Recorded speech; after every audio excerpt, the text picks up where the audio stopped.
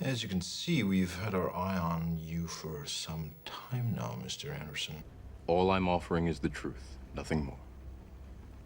The Matrix. 25 years later, and somehow we're still pretending that black leather trench coats, indoor sunglasses, and full-body fetish wear are perfectly reasonable fashion choices. What started as a sci-fi action flick has since morphed into a cultural juggernaut, packed with philosophical musings, visual effects that made everyone else look like they were barely trying, and a healthy dose of controversy. Today, I'm diving headfirst into The Matrix, its triumphs, its scandals, and why we're still talking about pills that don't come from your local chemist. The Matrix is everywhere. It is all around us.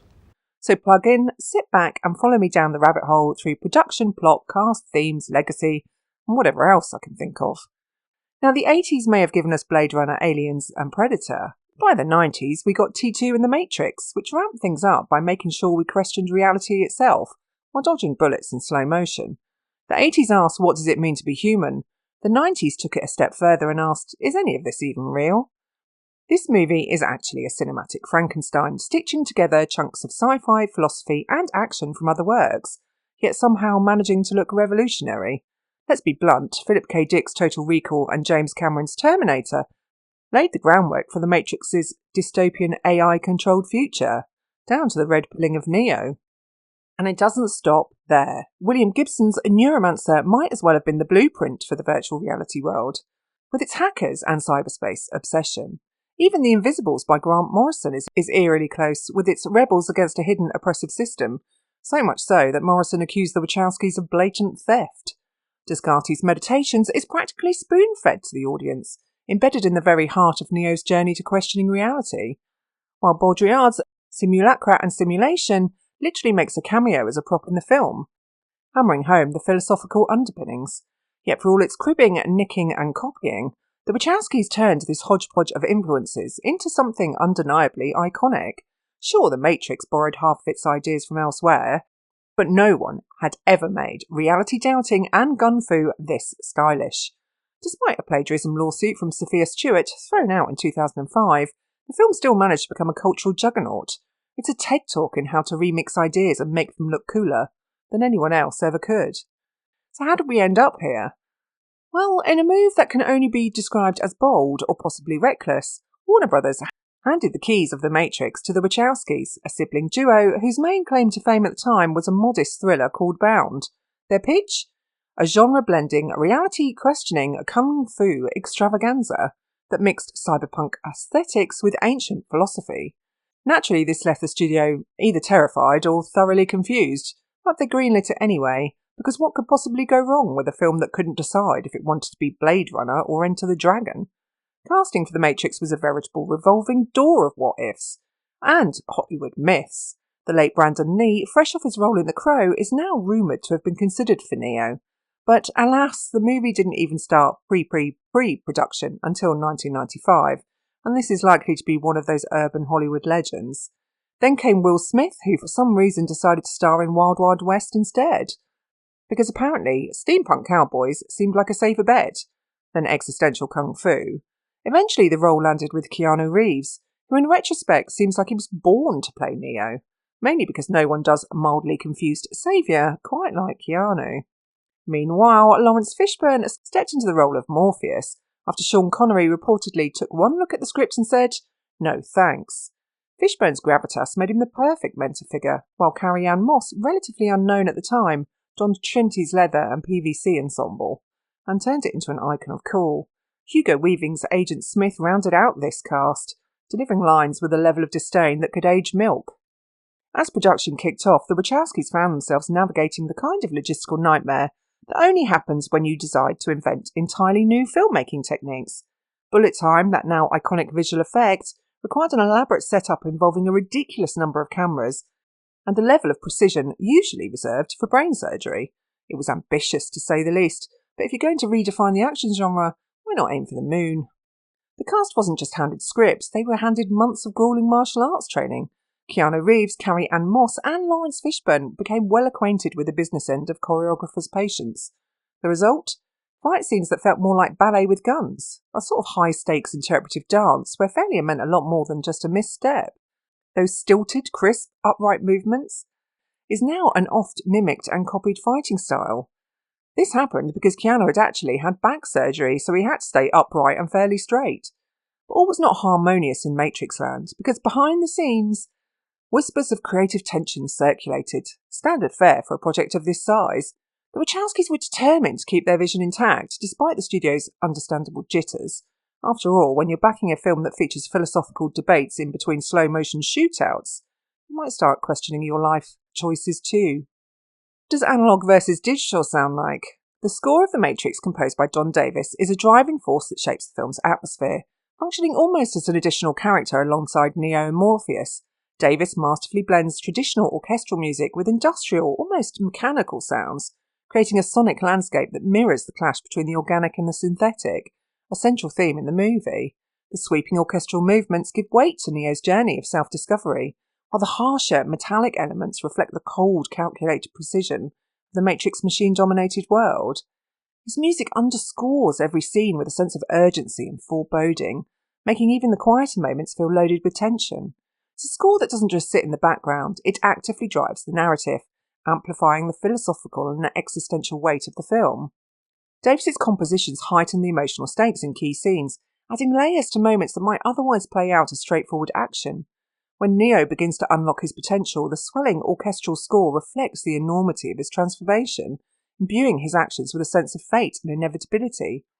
The music intensifies the already striking visuals, particularly in scenes like Neo's awakening or the final confrontation with Agent Smith.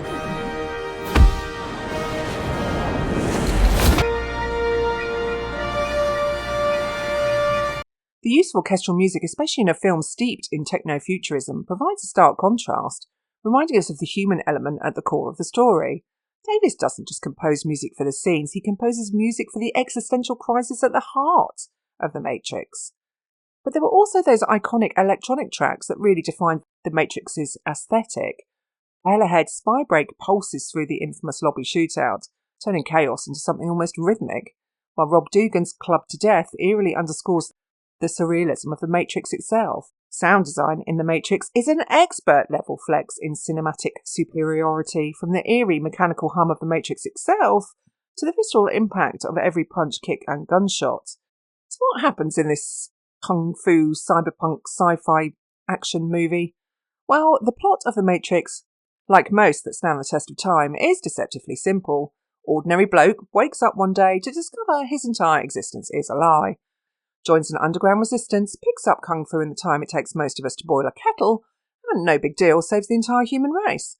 Simple, right? Except it's wrapped in so much existential dread and philosophical musings, it would make Descartes weep into his own simulation. Keanu Reeves plays Neo, a computer hacker who, in classic late 90s fashion, spends most of his time glued to his screen.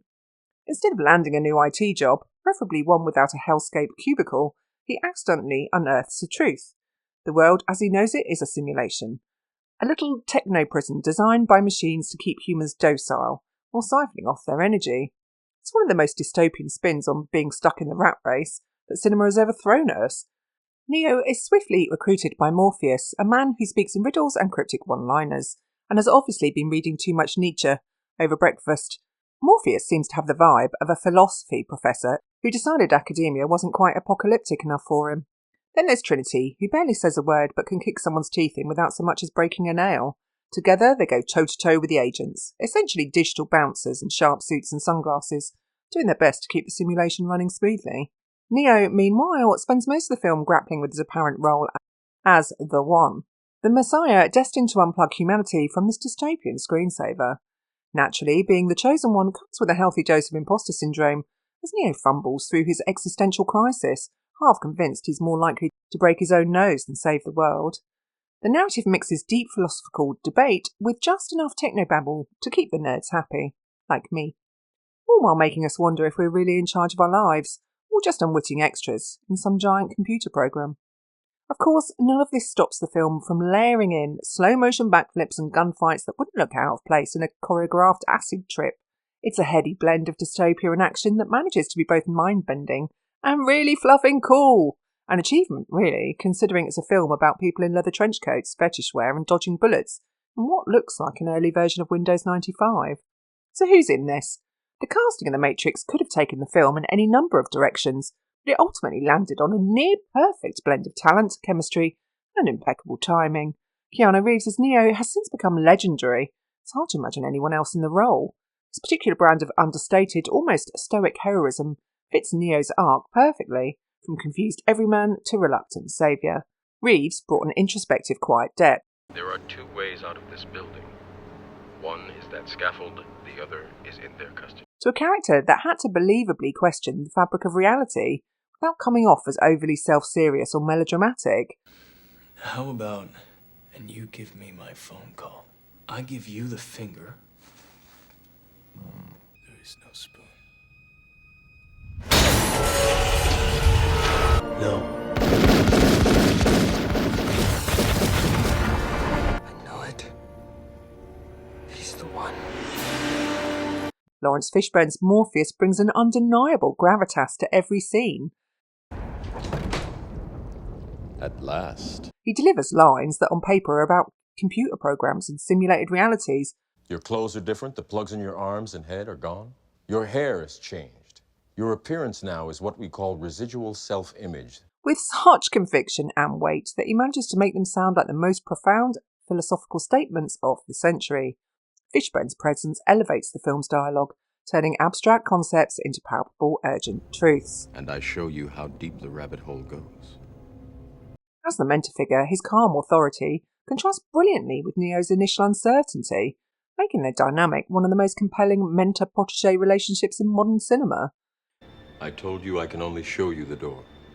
You have to walk through it. Come on, stop trying to hit me and hit me! Carrie Ann Moss's Trinity is actually one of my favourite action heroine archetypes, bringing strength, capability and cool precision to a role that could have easily been reduced to the typical damsel in distress. He told me I wasn't really looking for him. I was looking for an answer. It's the question that drives us, Neo. Or in modern times, overpowered girl boss. Instead, Trinity is every bit Neo's equal, both in terms of her physical prowess and her emotional complexity. Only human. Dodge this.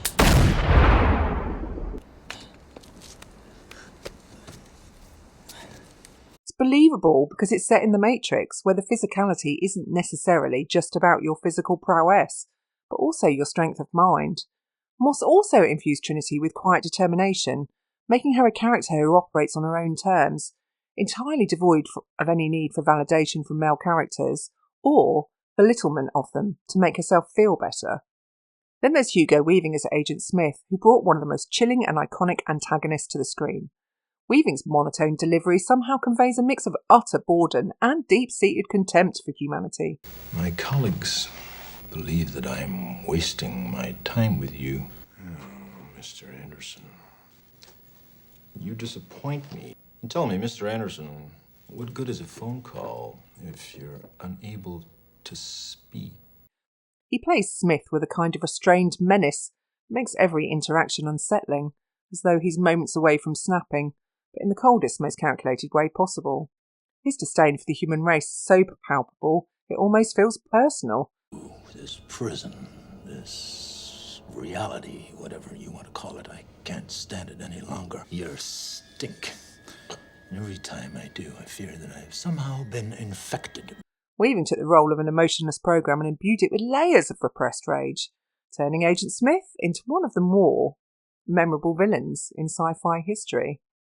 Even beyond the primary cast, the supporting roles in The Matrix were crucial in fleshing out this dystopian world. Joe Pantoliano as Cypher, the crew member who betrays the Resistance, delivered a performance laced with cynicism and weariness. Jesus. What a mind job. Why, oh why didn't I take the blue pill? I know this steak doesn't exist. I know that when I put it in my mouth, the Matrix is telling my brain that it is juicy and delicious. Ignorance is bliss. Made his character's eventual betrayal both understandable and tragic. Fed up with the grim reality of life outside the Matrix, adds a complex human layer to the film's philosophical musings on freedom and control. His performance provides a stark counterpoint to Neo's idealistic pursuit of the truth, showing the very real temptation to opt back into comfortable ignorance. Matrix is a film that practically dares you to think, something not typically associated with summer blockbusters. At its core, the film is an exploration of reality, or more precisely, the idea that reality might not be what it seems.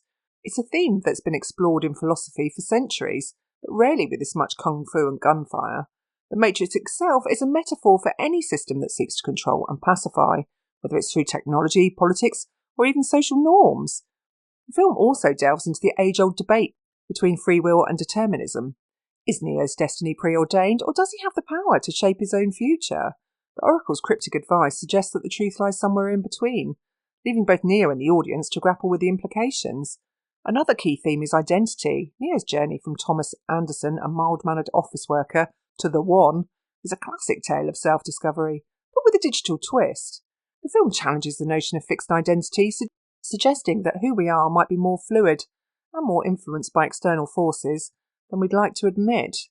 Then there's the theme of awakening, both literal and metaphorical. The act of taking the red pill is symbolic of a deeper, often uncomfortable truth that shatters illusions and forces you to confront reality as it is, not as you'd like it to be. It's a concept that's resonated with audiences far beyond the confines of the film, becoming a cultural shorthand for enlightenment, whether spiritual, intellectual, or even political. The cinematography is an absolute masterclass in environmental storytelling and themes. This is a film that had us questioning reality, and more importantly, reminded us all how utterly reliant we used to be on phone booths.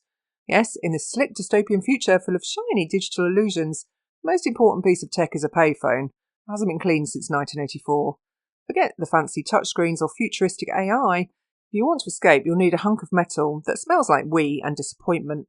The use of older tech is particularly cheeky, considering it was 1999 and everyone was busy showing off their new Nokias. But no, Neo has to make a mad dash to a payphone. It's as if the Wachowskis were mocking our obsession with shiny new gadgets by saying, sure, you've got a mobile now, but trust us, you're going to wish you had a landline when the robots take over. Then there's the cars and old-style monitors and televisions. And let's not forget the lighting. Inside the Matrix, everything is bathed in that iconic sickly green hue, like someone turned up the 90s computer monitor vibe to 11. It's all very clean, very slick, like a world created by a machine with OCD. But then you step into the real world, and by real I mean the world's worst hostel. The lighting goes blue and harsh, casting everything in this grim, post-apocalyptic gloom. It practically screams, welcome to reality, hope you brought a blanket. It's a bit like when you walk out of a flashy club at 3 a.m. and realise the real world is cold, dark, and nowhere near as fun as it seemed 10 minutes ago. The perspective tricks are just as brilliant. In The Matrix, you get these massive wide shots when Neo and co are dwarfed by the grand architecture of a digital world that doesn't even exist. Because nothing says you're insignificant, like being a tiny speck in a computer program. But then in the real world, everything's shot tight and close up, claustrophobic as hell. Suddenly the grand hero of the future is trapped in a rusty, cramped ship that looks like it was built by someone who'd raided a scrapyard and thought, yeah, this'll do. It's like going from the glossy showroom floor to the grotty basement in one quick camera cut. And then there's the use of reflections. They're just about everywhere. And the focus shifts. It's like the Wachowskis had a bet on how much they could make you question what was important. Neo's face? No. How about a spoon that bends itself? The camera flits between these objects and characters like it's on its own philosophical quest, daring you to guess what's actually going on. In the end, The Matrix serves up a delicious slice of irony. It's a film about futuristic technology where the most vital bit of kit is a payphone. The truth is dimly lit and damp, and the camera treats a spoon like it's more important than saving the human race. It's a visual masterpiece wrapped in a gritty 90s reality check, and I can only assume the Wachowskis were chuckling to themselves the whole time. Grant Morrison's The Invisibles is perhaps the most glaring example of how The Matrix may have blurred the lines between homage and outright theft. But The Matrix has left an indelible mark on both cinema and popular culture. Its pioneering use of bullet time didn't just set a new standard for action sequences. The film's aesthetic, characterised by green-tinted visuals, sleek-back leather and a dystopian urban landscape, became instantly iconic, influencing everything from fashion to music videos. Culturally, The Matrix has resonated far beyond the world of film. The concept of red pilling has entered the vernacular, albeit with some problematic connotations in modern discourse.